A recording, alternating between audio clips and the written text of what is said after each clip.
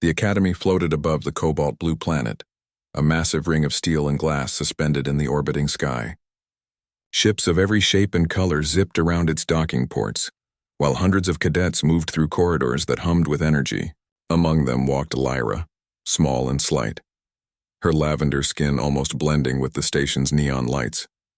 She had been called many things, useless, weak, a failure, but she carried herself with quiet determination, even if her heart ached from the weight of ridicule. Lyra's steps echoed in the hallway as she approached the training bay. Other cadets glanced at her and smirked. "Look, it's Lyra, the disaster of Section 7, one whispered to his friend. The words cut her, sharper than any physical blow, yet she forced herself to ignore them. She had to. Complaining or arguing would only make her a bigger target. The training bay was vast, a room so enormous it could simulate entire asteroid fields. Holographic starships and floating targets shimmered in mid-air. Lyra stepped into her station, hands trembling slightly as she gripped the controls of her personal craft. Her ship was small, designed for agility rather than firepower, and it seemed almost as nervous as she was. "Cadet Lyra," Commander Rail's voice boomed through the bay. The tall, stern alien stood at the front, observing every cadet with piercing green eyes. "Today you will run the basic maneuvering exercise. Any mistakes will be noted, and repeated failure will affect your rank." Lyra swallowed hard. She had failed this exercise 3 times before, and each failure had been met with laughter, whispers, and disappointed looks from her instructors. Her peers' confidence in her was non-existent. She knew they expected another display of incompetence today. Across the bay, a human cadet adjusted his seat. Joran was his name. He was new, transferred from a distant human academy, and he had the calm confidence of someone who had learned to survive despite being underestimated. Humans were considered weak by many aliens here, but Lyra noticed something different about him. A quiet, observant intelligence, the kind that could see patterns others missed. The exercise began. Holographic asteroids shifted and swirled as the cadets' ships darted among them. Lyra's hands moved frantically over the controls. She tried to focus, tried to remember the maneuvers Commander Rail had drilled into her, but the moment her ship veered slightly off course, alarms blared. "Again, cadet!" Commander Rail's voice was sharp, cutting through her panic. Lyra took a deep breath and reset her controls. Her tail twitched nervously. She could hear the laughter now, not just whispers, but loud, mocking voices. "She's going to crash for sure," one cadet shouted. Another smirked. Maybe she'll finally explode this time. Her stomach churned, but Lyra refused to let fear take her over.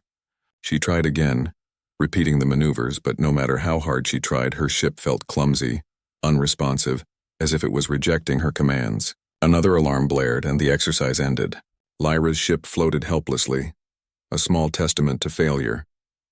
Commander Rail shook his head. "Cadet Lyra, you lack understanding of the basic principles. Observe and learn from others. Perhaps one day you will reach minimum competence."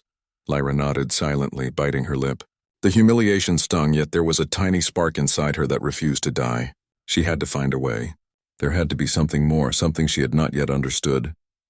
Later, when the bay cleared, Joran approached. "You're not bad," he said casually, leaning on the side of his ship. "You're just fighting the wrong way." Lyra looked at him, confused. "What do you mean?" "I follow the instructions. I practice." You're trying to control the ship like it's a tool, a machine," Joran interrupted. "But it's not just that. You have to understand it, feel it. Listen to it." Lyra blinked. She had never heard anyone say anything like that.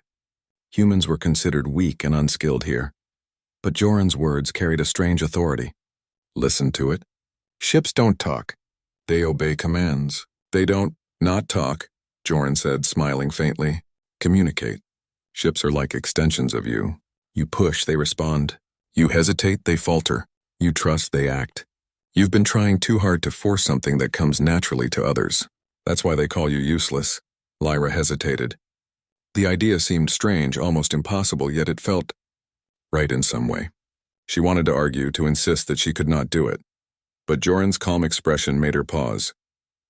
"Try it," he said simply. "Just for one session. Don't follow the rules. Don't try to prove anything, just see if it works." The next day, Lyra returned to the bay. Her peers' laughter filled the air, but she blocked it out. She took a seat in her ship and closed her eyes for a moment. Instead of thinking about the maneuvers, she focused on the ship beneath her, the hum of its engines, the subtle vibrations of the controls.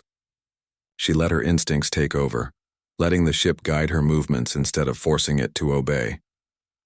At first, nothing happened. Her ship jerked, veered off course, alarms blared. Panic threatened to take hold, but she remembered Joran's advice. Trust, breathe, listen. She tried again.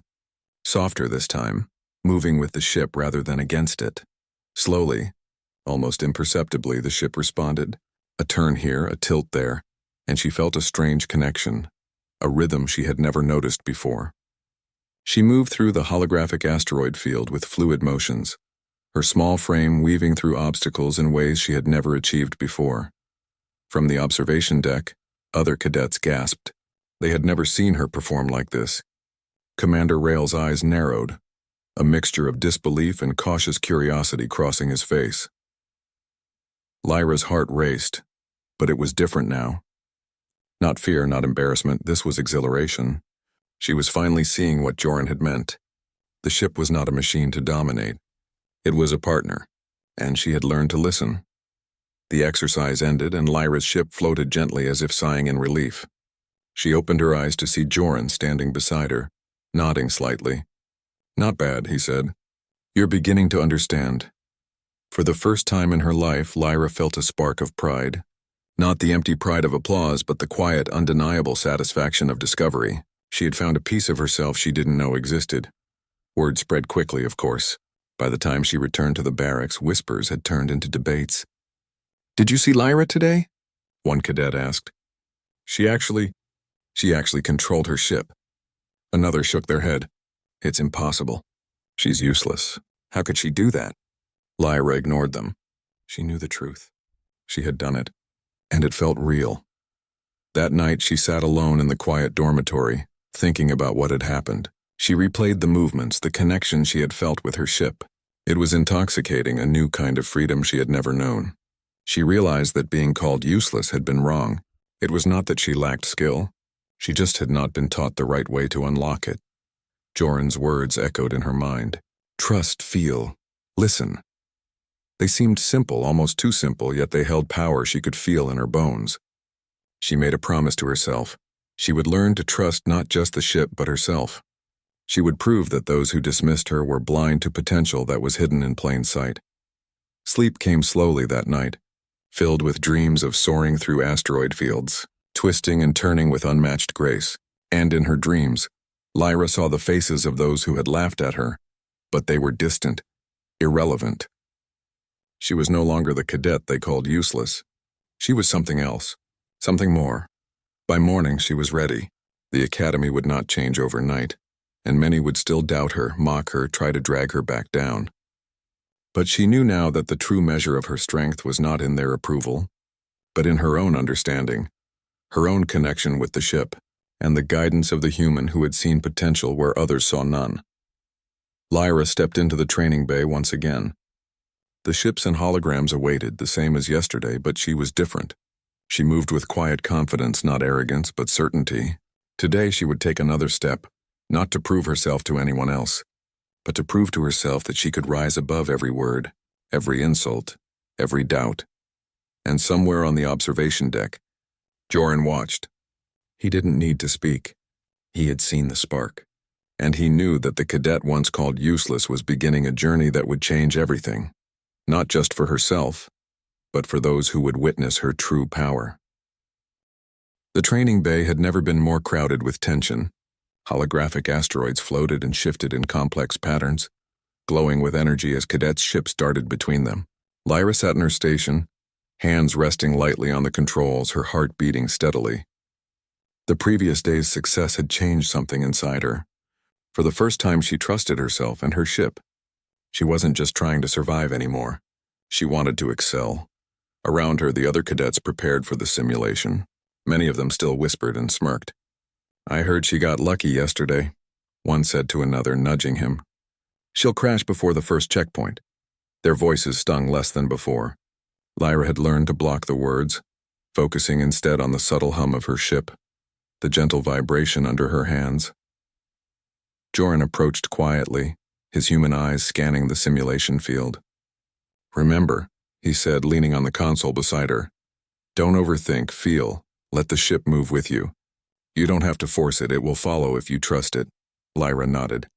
She had practiced his method all night, repeating maneuvers in her mind, imagining the ship as an extension of herself. She had discovered patterns in its movements, ways to anticipate the controls rather than react blindly. The horn sounded, signaling the start of the exercise. Cadets surged forward, ships weaving through asteroid clusters and holographic enemy drones. Lyra took a deep breath, closing her eyes for a fraction of a second. She could feel the ship's pulse, the currents of its engines, the subtle responses as she tilted and twisted the controls. At first, the movements were awkward, almost jerky. Her ship swerved dangerously close to a holographic asteroid, but instead of panicking, she let herself flow with it. She pushed lightly, allowed it to glide, and suddenly, the ship responded like a living creature. A small smile touched her lips. This was different. She wasn't just flying. She was dancing with the machine. Cadets around her glanced over, their eyes widening in disbelief. Even Commander Rail paused his notes, frowning, his green eyes sharp and skeptical. "Unconventional," he muttered under his breath. The first checkpoint approached, a ring of glowing energy floating among the asteroids. Lyra guided her ship through effortlessly, her movements fluid and precise. She didn't just pass through, she flowed, weaving between drones that tried to block her path. She noticed subtle weaknesses in their patterns, slight delays in the holographic programming that others overlooked. She exploited them naturally without thinking consciously. Halfway through the exercise, a new challenge appeared. The simulation shifted, and an unexpected wave of obstacles emerged, faster and more chaotic than before.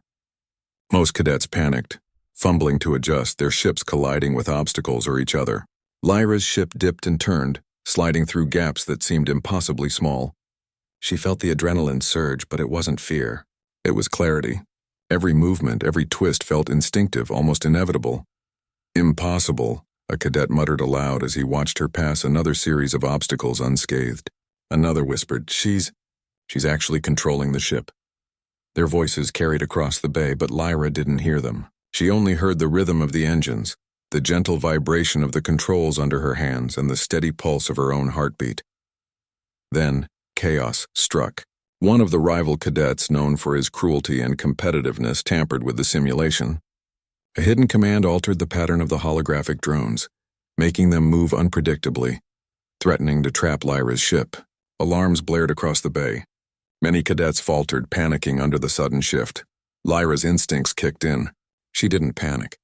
Instead, she listened to her ship. Every vibration, every subtle shift of the engines told her how to react. She tilted, twisted, and accelerated in a rhythm that seemed impossible. The ship moved as if it anticipated her thoughts before she had them. She dodged drones, slid through collapsing asteroid walls, and spiraled through gaps no one else could see. The observers gasped. Commander Rail's eyes narrowed, his mouth opening as if to speak but finding no words.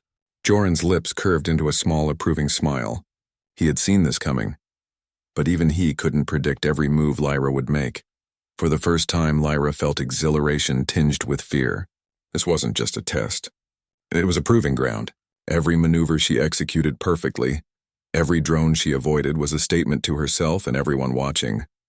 She was not useless. She was more than anyone had imagined.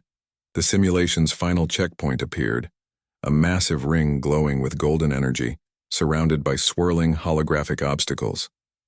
Lyra's ship approached, twisting and sliding with precision. She could feel the ship responding as one with her thoughts. She pushed gently, the controls becoming extensions of her own body, and slipped through the checkpoint just as the holographic field collapsed behind her.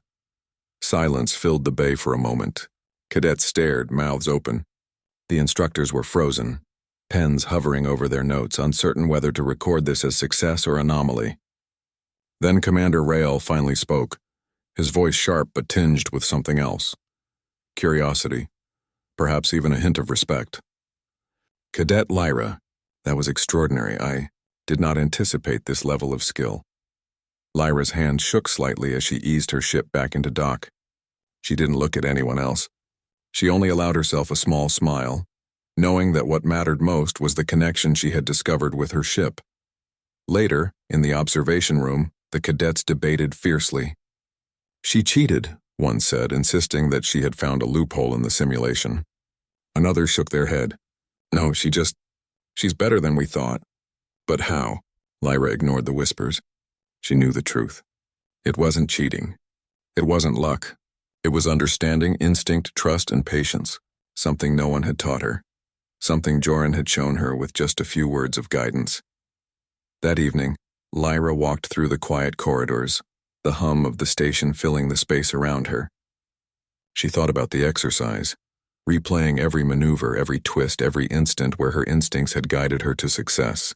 She realized that being called useless had been a lie, not because she was inherently skilled, but because no one had ever helped her unlock what was inside her. Joran joined her as she reached the dormitories. "You did well," he said simply. "Better than I expected." Lyra smiled faintly. "It felt different. I wasn't just trying to survive, I was moving with it. That's the key," Joran said. "It's always been there. You just needed to see it for yourself." They walked in silence for a moment, the station lights casting long shadows across the walls. Lyra felt something she had never felt before. Pride. Not the shallow pride of someone praised by others, but the quiet satisfaction of discovering her own potential. The next day brought another challenge. The instructors announced a competitive exercise. Cadets paired up to navigate a more complex simulation, with obstacles and adversaries that required teamwork and strategy. Many cadets groaned, fearing the difficulty. Lyra, however, felt a flicker of excitement. This was another chance to test herself, to prove that yesterday was not a fluke. Her partner, to her surprise, was Joran. Together they launched into the simulation. The holographic field twisted into a maze of moving asteroids and enemy drones. Lyra guided her ship with fluid motion, trusting instincts honed over the past day. Joran's ship moved in perfect synchronization, reacting to her maneuvers, complementing her movements rather than overwhelming them. Other cadets struggled, their ships colliding, spinning out of control, or freezing under pressure. Lyra and Joran weaved through obstacles like dancers, anticipating each other's movements without verbal communication. Their success wasn't just skill, it was understanding, harmony, and trust. By the time the simulation ended, Lyra's confidence had grown immeasurably. Even the once dismissive cadets were staring, astonished and silent. Commander Rail's green eyes softened ever so slightly. "Remarkable," he said, noting their performance. "Perhaps there is more to this method than I anticipated." Lyra's heart swelled with a quiet triumph. She had gone from being called useless to achieving something extraordinary, yet she knew the journey was only beginning. The Academy, the galaxy, and the unknown challenges ahead would test her in ways she could not yet imagine. As she returned to her dormitory that night, Lyra reflected on the lesson she had learned. Strength was not always about brute force or raw skill. It was about connection, understanding, and trust, both in oneself and in the tools one wielded. She had discovered a part of herself that no one could take away, a potential that had been waiting for the right moment to awaken. And in the quiet of the night, as the station floated silently above the vibrant planet, Lyra made a silent promise. She would continue to grow, to master the bond with her ship, and to show the universe that the cadet once called useless was not only capable, but destined for greatness. The alarm blared across the Academy's docking station, a harsh, urgent sound that sent cadets scrambling to their ships. Red lights flashed, reflecting off the polished floors and casting shadows that seemed to flicker with panic. Lyra's heart raced, but it was no ordinary exercise. The Academy had received a distress call. A nearby colony was under attack by an aggressive alien fleet. The cadets were being deployed for real combat. Lyra's hands rested lightly on the controls of her ship. It gleamed under the harsh lights, small and agile but packed with advanced technology. She could feel the familiar hum beneath her fingertips, the gentle vibrations of engines that had become extensions of her own body. This was no simulation. Lives depended on skill, instinct, and courage. Joran slid into the seat beside her, his human expression calm and composed. "Stay focused," he said. "Trust yourself and trust the ship," Lyra nodded. She had learned to trust herself. She had discovered that what others called weaknesses, her small frame, her cautious nature, her patience, were actually strengths. They allowed her to see what others missed, to notice patterns, to act instinctively when danger appeared. The cadets launched from the docking bays, streaking into space in a coordinated formation.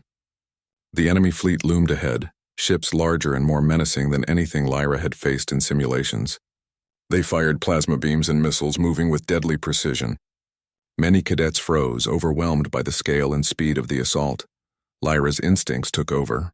She felt the ship respond as if it were alive, sliding through laser fire with fluid, instinctive movements. She dodged missiles, weaving between enemy ships, her mind synchronized with the rhythm of the engines.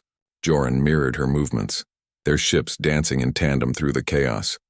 A massive cruiser surged forward, its weapons locking onto the fleet. The other cadets scattered, but Lyra stayed calm. She noticed a pattern in the cruiser's attack, slight delays between firing sequences, gaps in its shield rotations. She relayed the information to Joran with a gesture, and they maneuvered their ships to exploit the weakness. "Follow my lead," she said, more to herself than to anyone else. She didn't need to give orders. The ship knew, the engines knew, and Joran knew. Together they struck. Lyra's small craft darted between the cruiser's defenses, slipping through openings that seemed impossibly narrow. She fired precise blasts, disrupting the enemy ship's systems while avoiding damage herself. Other cadets watched in awe. Many were panicking, their ships spinning out of control or being destroyed. But Lyra moved with grace and precision, turning every potential disaster into an opportunity. She felt a thrill she had never known in simulations, the adrenaline of real combat, the stakes higher than ever before. The battle intensified. Enemy ships surrounded the colony, cutting off supply lines and preparing for a full assault. Lyra and Joran weaved through the chaos, their ships moving as if they were extensions of a single mind. Lyra noticed patterns in every enemy maneuver, predicting attacks before they occurred, anticipating the movements of hundreds of ships. One massive fighter broke through the defenses and charged at the colony. Lyra's small ship alone would not be enough to stop it, but she did not hesitate. She angled her ship sharply, dodging debris and fire, and positioned herself to intercept. Her instincts guided her, her hands moving in perfect rhythm with the controls. The fighter unleashed a volley of plasma missiles. Lyra twisted and accelerated, narrowly avoiding destruction. She aimed at the fighter's engines, timing her shots to disable them without destroying the ship entirely. The missiles struck with precision, immobilizing the vessel. The colony's automated defense turrets completed the job, neutralizing the threat. Other cadets began to rally, inspired by her courage and skill. Even those who had mocked her before now saw the truth. Lyra was extraordinary. Her movements were not just instinct, they were insight, strategy, and harmony combined. The cadets who had doubted her began to follow her lead, coordinating attacks and defending key points. Commander Rail observed from the command deck, his green eyes wide with disbelief. He had doubted her, as had everyone else, but now he could not deny what he was seeing. Lyra's connection with her ship, her understanding of the battlefield, and her instinctive leadership were unmatched. She was no longer the cadet called useless. She was a force that could turn the tide of battle. The final wave of enemy ships approached, larger and more numerous than before. Lyra's ship darted forward, analyzing the formation. She noticed a pattern, subtle but clear, a weakness in their approach. She communicated with Joran and the other cadets through hand signals and quick gestures. They adjusted their positions, creating a coordinated strike that exploited the enemy's formation. Lyra led the charge. Her ship moved with unmatched speed and precision, dodging fire and striking vulnerable points. Joran followed seamlessly, their ships moving as if guided by a single mind. The other cadets, inspired by their example, pressed forward with renewed courage. Together, they struck the enemy fleet with coordinated attacks that disrupted formations, disabled ships, and drove the invaders back. As the enemy retreated, Lyra's ship hovered above the battlefield, engines humming gently. She looked at the wreckage, at the ships that had been destroyed and those that had survived. She felt a strange mixture of relief and pride. They had saved the colony, and she had played a key role. The aftermath was quiet but powerful. Cadets gathered in the command room, exhausted but alive. Many of the older, more experienced cadets approached Lyra, nodding with respect. Commander Rail stepped forward, his voice firm but not harsh. "Cadet Lyra, your performance today was extraordinary. You demonstrated skill, instinct, and courage that surpass all expectations. You have proven that strength comes in many forms, not just brute force or size. You have unlocked a power within yourself that few can match. Lyra's chest swelled with pride, but she remained humble. She knew that her victory had not been hers alone.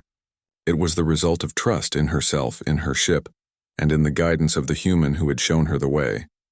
She looked at Joran, who smiled faintly, his eyes reflecting quiet approval. "You did it," he said simply. "I knew you could." Lyra shook her head with a small laugh.